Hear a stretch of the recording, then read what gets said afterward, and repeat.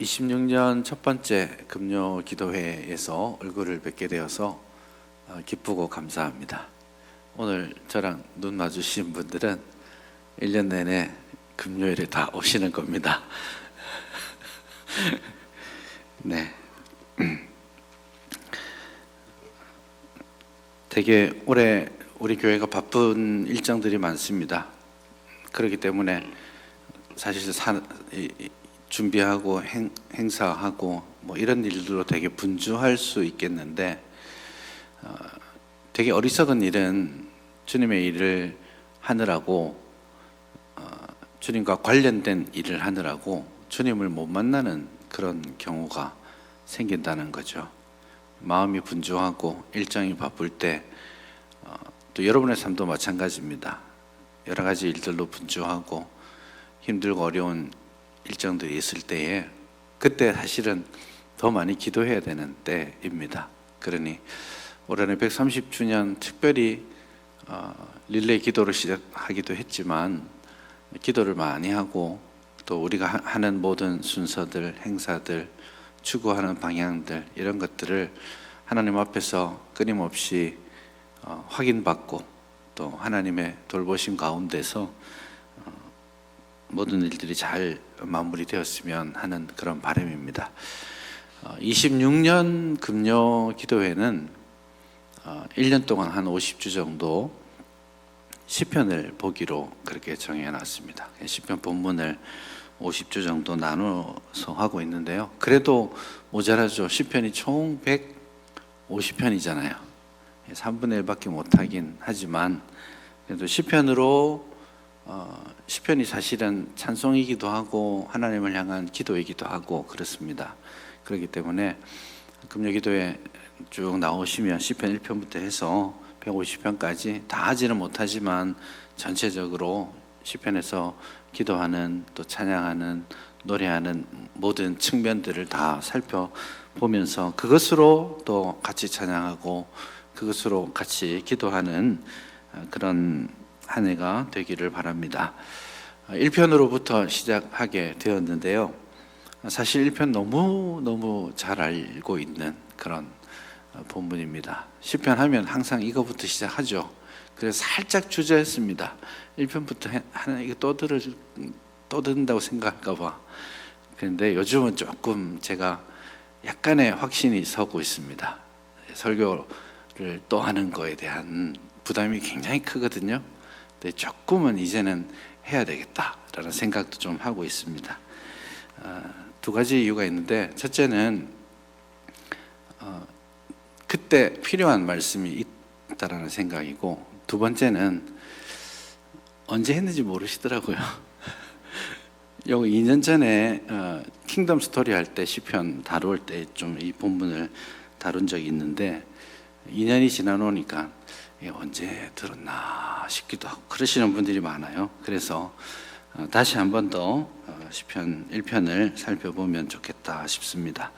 오늘은 전체에 대한 어떤 서론적인 그런 측면들도 있기 때문에 잠깐만 좀 큰 이야기를 하자면 시편이 150편인데 150개의 조각으로 있는 게 아닙니다. 1편도 읽고 2편도 읽고 묵상하고 기도할 수 있지만 성경이 이 시편을 150편으로 쭉 모아둔 데는 의미가 있습니다. 그리고 그 순서도 의도된 것이고 그런 측면이 있죠. 그렇게 보자면 시편 1편은 시편 전체를 알려주는 지도와 같다 이렇게 볼 수 있습니다. 시편 1편에서 말하고자 하는 바 여호와의 말씀을 주야로 묵상하고 그의 율법을 즐거워하는 그런 삶에 대한 것들이 시편 150편 전체의 주요한 주제이기도 하기 때문에 그렇고요. 그리고 시편은 몇 권으로 되어 있죠? 150편인데 몇 권으로 되어 있습니까? 5권으로 되어 있습니다. 율법을 즐거워하고 묵상하는 삶이라고 했잖아요. 근데 일반적으로 율법은 구약 성경에서는 무엇을 뜻합니까? 토라, 모세오경을 뜻합니다. 그렇기 때문에 시편은 율법을 즐거워하는 삶을 모세오경을 그대로 받아서 내 인생에서 내 삶 가운데 나의 기도 가운데 그대로 투영하라고 5권으로 각자 이렇게 묶어서 우리에게 주어져 있습니다. 그런 측면에서 시편은 어떤 의미에서는 창세기, 출애굽기, 신명기까지 나오는 모세오경의 율법의 말씀을 우리의 삶 가운데 집대성하는 그런 과정이라고도 할 수 있겠습니다.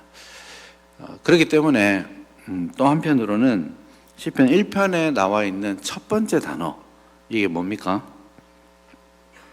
복 있는 사람은, 이렇게 돼 있죠. 이게 이제 일종의 감탄사에 조금 더 가깝습니다. 그러니까 정확하게 말하자면 복되도다 이런 사람들, 이런 겁니다. 복되도다 악인의 꾀를 쫓지 않는 자들이요, 이렇게 말하는데, 제가 오늘 그 설교의 제목을 복되도다라고 하지 않고 행복자로다 그렇게 표현했는데, 그게 조금 더 정확한 표현입니다. 행복하다, 얼마나 행복한가. 어떤 사람이요? 악인의 꾀를 쫓지 않고 죄인의 길에 서지 않고, 이렇게 말하는 거죠.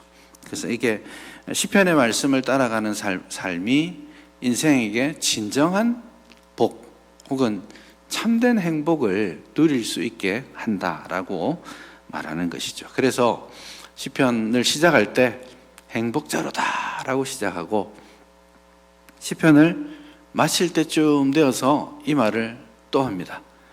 이 복 있는 사람은, 이 표현이 시편에 많이 나오지 않습니다. 34편에 가서 나오고 41편에 나오고 144편에 나오고 몇 군데 안 나와요. 몇 군데 안 나오는데 굉장히 전략적으로 시편에 배치되어 있습니다. 시편 1권이 어디까지입니까? 1권은 시편 1편부터 41편까지죠. 1권을 시작할 때 복 있다, 복되도다 이렇게 말했고, 41편 마지막 1권을 마칠 때 복되도다 이렇게 말합니다. 그래서 처음에는 복되도다, 여호와의 말씀을 주야로 묵상하는 자라고 했는데, 그것을 33편에서 말할 때는 그 죄가 하나님 앞에 가리워지는 자가 행복자다라고 말하고, 41편에 가서 말할 때는 가난한 자를 돌보는 삶에 대한 이야기를 합니다. 이게 이 행복자, 그러니까 하나님 말씀을 듣고 어떻게 자신의 삶을 변화시켜 가는지, 그거를 하나의 인생의 그림처럼 시편이 보여주고 있습니다. 시편을 다 마무리하는 지점이 어디냐면 시편 144편, 145편이에요. 146편부터는 할렐루야입니다. 막 마지막 클라이막스로 가기 위해서 후렴구를 부르듯이 혼자 할렐루야 부르고, 같이 모여서 할렐루야 하고, 사람들이, 예배자들이 모여서 할렐루야 하고, 온갖 악기를 다 가져오고 온 천하 만물을 향하여서 할렐루야 하는 대단원의 클라이막스가 46편부터거든요. 146편. 144편과 145편에서 또 복되도다 이렇게 말하면서, 이 복되던 복은 어디냐면 참되신 왕 앞에 엎드리는 사람이 참으로 복되도다 이렇게 말씀하는 겁니다. 그런데 오늘 본문을 보면 하나님의 말씀을 주야로 묵상하고 그러면 마치 시냇가에 심은 나무가 철을 따라 열매를 맺는 것처럼 행하는 모든 일이 다 형통할 것이다 이렇게 말을 하잖아요. 그런데 여러분, 현실은 어떻습니까? 좀 꼬이고 힘든 순간들이 더 많지 않습니까? 참 하나님의 말씀을 의지하고 살아가려고 노력하지만 실제 삶은 그렇지 않거든요. 그래서 지금 시편 1편과 2편에서 아주 이상적인 하나의 이미지, 그러니까 그 말씀을 따르는 사람의 이상적인 모델을 보여주었는데, 현실은 이 이상을 따라가기에는 고달픈 부분들이 많습니다. 그렇기 때문에 이 시편은 그 해답을 어디에서 찾고 있냐면 시편 2편에서 찾습니다. 시편 2편에 가서 보시면, 여러분 시편 2편의 제일 마지막 단어가 뭡니까? 복이 있도다 이거죠. 이 굉장히 의도된 겁니다. 행복자다라고 말하는데, 복 있는 사람은 여호와의 말씀을 주야로 묵상하고 그걸 즐거워하는 건데, 그러면 다 형통하기를 소원하고 있지만 현실 가운데에서는 나의 연약함과 죄악도 있고 세상의 구조적인 죄악과 악들이 존재하기 때문에 이 이상을 만나기가 쉽지 않습니다. 근데 이 사람들이 어디에서 진정한 복을 완성할 수 있는지를 보여주는데, 그게 시편 2편인데, 이 시편 2편은 굉장히 유명한 메시아 시편이죠. 사도행전에서 이 본문을 가지고 와서 예수님께 적용하는 그런 본문이지 않습니까? 예수님을 대적하는 많은 무리들이 존재하고 있잖아요. 세상의 군왕들이 모여서 수군수군하면 작전을 짜면서 메시아를 대적하려고 하고, 그런 과정 가운데 있지만 정말 행복자는 그런 가운데 메시아를 왕으로 모시고, 그리고 그 메시아로 말미암아서 여호와를 경외하고 그분을 섬기고 떨며 즐거워하는 그런 삶을 추구하는 것, 그것이 참된 복이다라는 것을 본문이 우리에게 말씀해 주고 있습니다. 조금 약간 이렇게 큰 그림을 그리려고 했는데 시편 1편을 조금 더 살펴보겠습니다. 시편 1편 자체는 복 있는 사람의 두 가지 길을 말합니다. 인생의 두 가지 길을 말하는데, 시작할 때부터 악인들의 길이 있고 그리고 의인들의 길이 있다라고 말합니다. 이제 특히 5절 6절에 가서 보시면 이 부분이 극단적으로 대조되고 있죠. 악인의 길에 대해서는 4, 5절에서 명확하게 말하고 1, 2, 3절에서는 의인의 길에 대해서 말합니다. 의인의 길은 어떤 길입니까?